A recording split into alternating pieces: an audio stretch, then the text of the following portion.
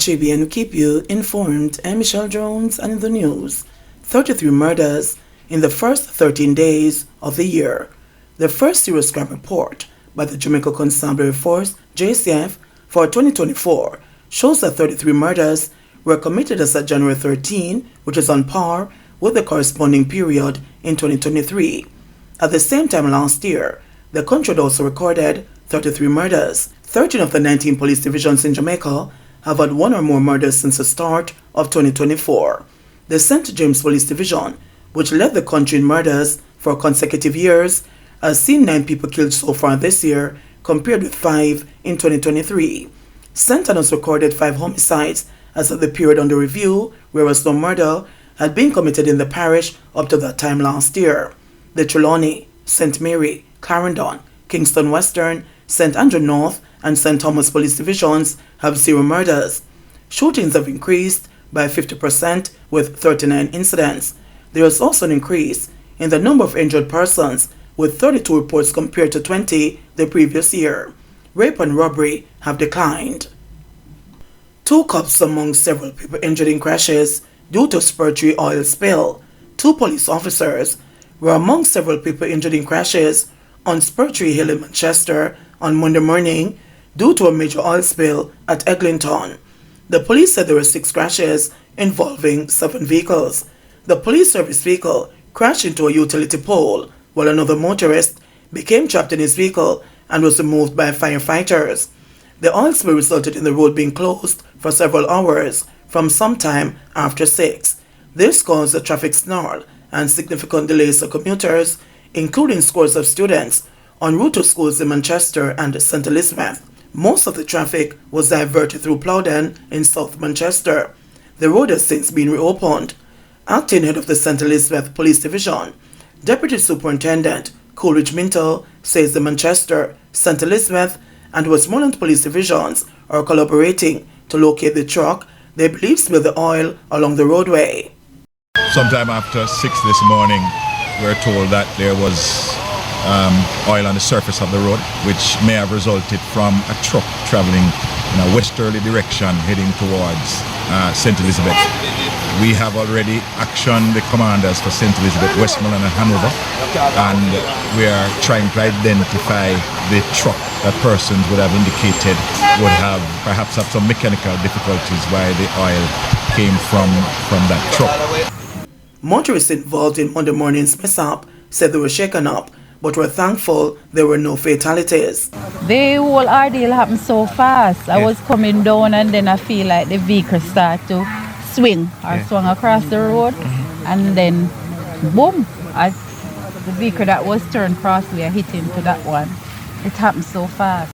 The section of Spurtree Hill at Eglinton has been the scene of several major crashes, some fatal, spanning a number of years. An abandoned house in the vicinity has borne the brunt of many of the crashes. 4 arrested as police seized 2 guns and ammunition in St. Elizabeth. 4 people, including a woman, have been taken into custody after the police seized 2 illegal guns and more than 100 rounds of ammunition during a major operation in St. Elizabeth on Monday. The operation was conducted in Pepper District. Head of the St. Elizabeth Police, Acting Superintendent Coleridge Minto, said that several houses were searched. He said Monday's operation is part of the police's ongoing anti-crime initiative in the parish.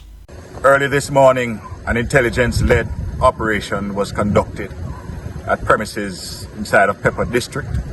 Several houses were searched. The operation was conducted by specialized operation supported by the K9 division. At the end of the search, 4 persons were arrested, including 1 female, 2 firearms recovered, 1 9mm pistol, along with 38 9mm rounds, 1 Remington shotgun, along with 70 12-gauge cartridges. The operations will continue. The search is still ongoing at this time. The operation was conducted by Specialized Operations Branch and is supported by the K9 Division. In recent weeks, St. Elizabeth has been the focus of several operations resulting in the seizure of drugs to include cocaine and marijuana. Additionally, a multi-agency investigation was launched following the discovery of a burnt-out plane in the Elim-Brace River area. 180 homes handed over on the new social housing program. A total of 180 homes have so far been handed over to beneficiaries under the new social housing program, Prime Minister Andrew Holness' initiative for Jamaicans living in substandard conditions. The update was provided last Friday as Holness presented the keys for the latest 2 houses to 2 physically challenged beneficiaries in St. Elizabeth.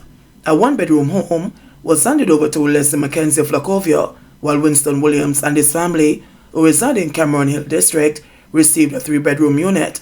In his address, Holness emphasized a targeted approach under the program of identifying persons in dire situations, particularly those who are disabled. We have to be, as a country and as a government, far more sensitive to persons with disabilities. So this is something being integrated into the program, because many of the persons that we serve will have some form of disability that affects their mobility and functionality, he added. The program was established in 2018 as the housing component of the Housing, Opportunity, Production and Employment Hope program. Approximately $850 million was spent on the project for the period 2018-2019 to 2022-2023, according to information obtained through access to information.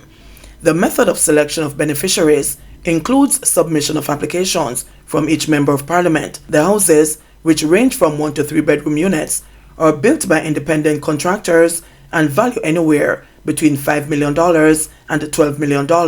In June 2022, the Jamaica Information Service reported that the government said it was looking to increase the number of units built annually from just over 300 to 1,000.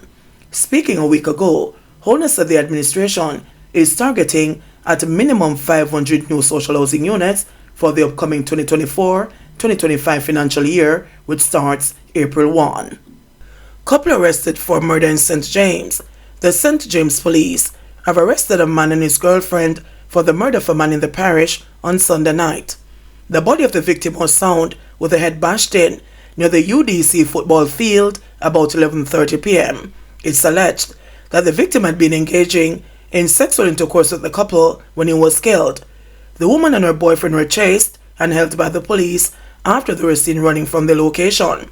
Investigators say the location where the body was discovered is a heavily vegetated area commonly used by homeless people for dwelling and for people involved in prostitution as a place for sexual activity. 2 large stones, believed to have been used to commit the violent attack, were found at the scene. The suspects are being questioned. Indicom launches probe after cop shoots neighbor's dog during dispute. A police constable is being investigated by the Independent Commission of Investigations Indicom after he reportedly opened fire on a dog during a domestic dispute involving his neighbors in Clarendon on Sunday.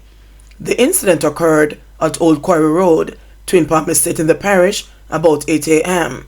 It's reported that the policeman intervened in a heated dispute involving 2 of his neighbors. While trying to de-escalate the situation, the policeman was forced to pull his weapon when a German Shepherd dog owned by one of the disputing neighbors reportedly attacked him. The neighbor also owned 2 Rottweilers who were reportedly in the vicinity. The constable told investigators that he shot the dog because he feared for his life. The dog was shot in the left ear and is being treated. Indicom was later notified of the shooting. Bunting warns electorate to be wary of promises leading up to election. The St. Catherine North Police are probing the execution-style killing of a couple in Spanish Town, St. Catherine on Sunday. They have not yet been identified. It's reported that about 4 a.m. on Sunday, residents of 46 Old Harbour Road heard explosions. About 10 o'clock, the bodies of the victims, with bullet wounds to the head, were found in a house. Speaking at a People's National Party meeting on Sunday night, opposition spokesman on national security, Peter Bunting, cited the killing of the couple and again accused the government of failing to implement measures to curb crime despite their promises during the campaign for the 2016 general election. Cynically, he warned the gathering to be on the lookout for more promises from the Jamaica Labour Party administration now that another election is due.